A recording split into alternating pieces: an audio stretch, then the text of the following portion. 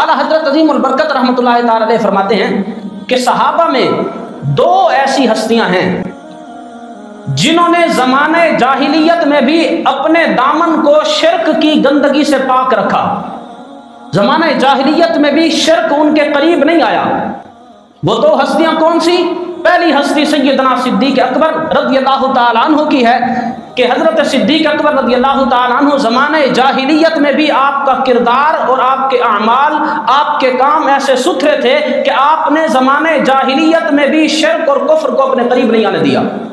اور دوسری ہستی حضرت سیدنا مولا علی شیر خدا رضی اللہ تعالیٰ عنہ کی ہے. اعلیٰ حضرت یہاں جملہ لکھتے ہیں، آپ فرماتے ہیں علی المرتضیٰ کے قریب شرک کیسے آ سکتا تھا جس علی کی آنکھ بھی رسول اللہ کی جھولی میں کھل رہی ہو، جنہوں نے پہلی مرتبہ آنکھ کھولی اور میرے آقا کا دیدار کیا، اس علی کے قریب شرک کیسے آ سکتا ہے؟